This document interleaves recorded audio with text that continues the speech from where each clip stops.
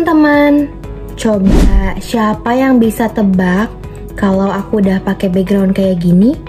Kira-kira kita mau belajar apa ya? Betul banget, hari ini kita akan belajar mengenai sistem tata surya. Jadi kita nggak akan belajar di kelas biasa, tapi kita akan menjelajahi ruang angkasa. Udah siap semuanya? Let's go! Sebelum kita bahas materinya lebih lanjut, teman-teman boleh simak tujuan pembelajaran berikut ini ya.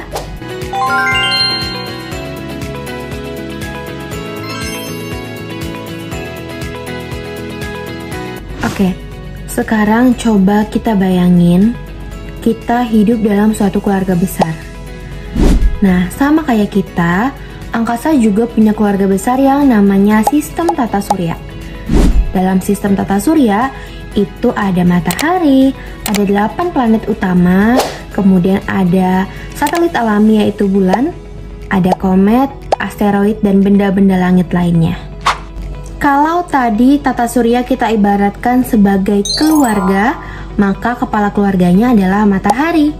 Matahari itu merupakan sebuah bintang dan bukan planet. Nah, matahari bersinar sendiri karena di dalamnya terjadi reaksi fusi nuklir yang membuat ia menghasilkan cahaya dan panas. Fun fact, matahari itu lebih besar 1,3 juta kali daripada bumi. Matahari itu menghasilkan cahaya dan panas bagi planet-planet lain di sekitarnya. Tanpa matahari kita nggak bisa hidup loh. Oke, kita bahas yuk 8 planet utama yang mengelilingi matahari. Kita bisa membaginya menjadi 2 kelompok besar. Yang pertama ada planet dalam atau terestrial.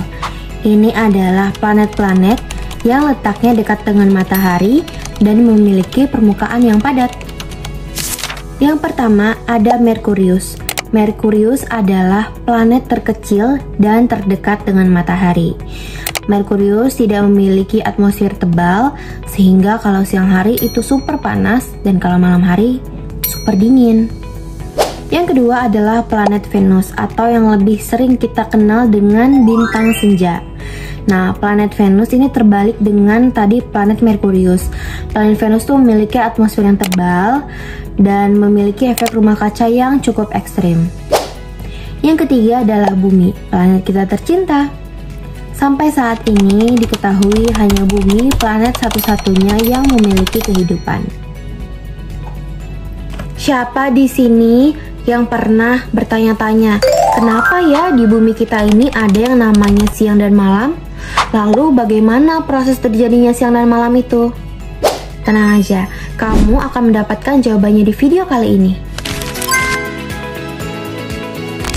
Jadi, peristiwa siang dan malam itu merupakan akibat dari bumi kita yang terus berputar pada porosnya. Bumi kita itu berputar dari barat ke timur atau searah dengan jarum jam. Nah, karena bumi kita terus berputar, maka bagian bumi yang menghadap matahari itu akan mengalami yang namanya siang. Dan bagian bumi yang membelakangi matahari akan mengalami yang namanya malam. Bumi kita berputar itu membutuhkan waktu kurang lebih selama 24 jam. Dalam 24 jam inilah kita akan mengalami pergantian terus-menerus yang dinamakan siang dan malam. Kalau tadi kamu bertanya bagaimana proses terjadinya siang dan malam, kamu pernah nggak terpikir bagaimana proses pergantian musim dari musim hujan ke musim panas dan sebaliknya? Sini aku kasih tahu. Jadi, pergantian musim adalah salah satu akibat dari revolusi bumi. Revolusi bumi adalah bagaimana bumi berputar pada jalur yang namanya orbit, dan ini hanya terjadi selama 1 kali dalam 1 tahun. Karena kemiringan bumi saat mengelilingi matahari, maka setiap daerah itu menerima sinar matahari yang berbeda-beda. Ini yang menyebabkan terjadinya pergantian musim di berbagai daerah, seperti musim semi, musim gugur, musim dingin, musim panas, dan musim hujan. Di Indonesia sendiri hanya ada 2 musim, yaitu musim panas dan musim hujan. Tapi perputaran bumi ini tetap sangat berpengaruh pada panjangnya siang dan malam atau perbedaan suhu dan cuaca. Yang terakhir dari planet dalam adalah planet Mars. planet Mars lebih sering kita dengar sebagai planet merah karena warnanya. Oh iya, dalam planet Mars itu ada gunung terbesar dalam tata surya yang disebut dengan Olympus Mons. Selanjutnya kita bahas planet luar. Planet luar itu adalah planet-planet yang memiliki ukuran raksasa dan di dalamnya terdapat banyak sekali satelit. Yang pertama adalah planet Jupiter. Ini adalah planet terbesar dalam sistem tata surya. Dia memiliki bintik besar yang disebut dengan badai raksasa.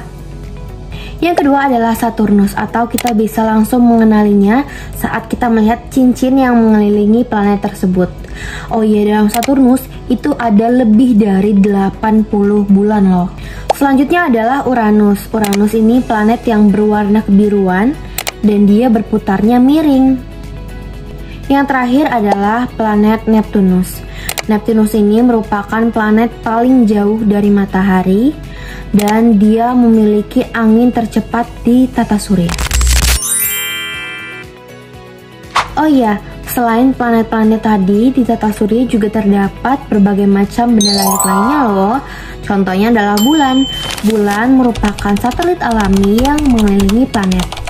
Bumi memiliki satu bulan, tapi kalau planet lain kayak Jupiter dan Saturnus itu memiliki lebih dari puluhan bulan. Selain bulan, ada juga yang namanya asteroid. Ini adalah batu-batu besar di luar angkasa. Ada juga yang namanya komet. Komet ini adalah bola es dan debu yang dimana saat ia mendekati matahari, ia akan menghasilkan buntut cahaya atau yang kalau kita lihat dari bumi itu namanya bintang jatuh. Padahal itu sebenarnya namanya adalah komet. Oke teman-teman, jadi kita udah selesai nih menjelajahi tata surya. Gimana, seru kan? Nah teman-teman, sebelum kita mengakhiri pembelajaran ini, kamu boleh jawab kuis berikut ya.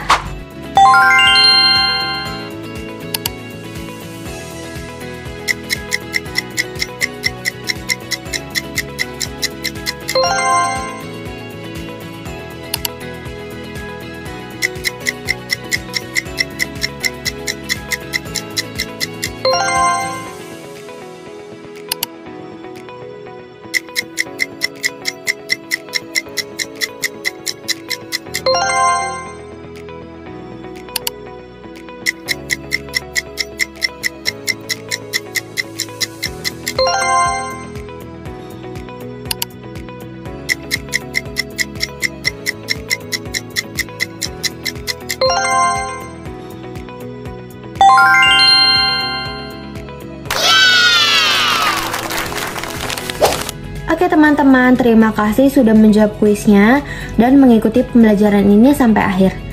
Kita akhiri dulu petualangan tata surya kita kali ini, tapi kamu jangan berhenti bereksplorasi ya, karena masih banyak banget pengetahuan mengenai tata surya kita yang perlu kamu jelajahi.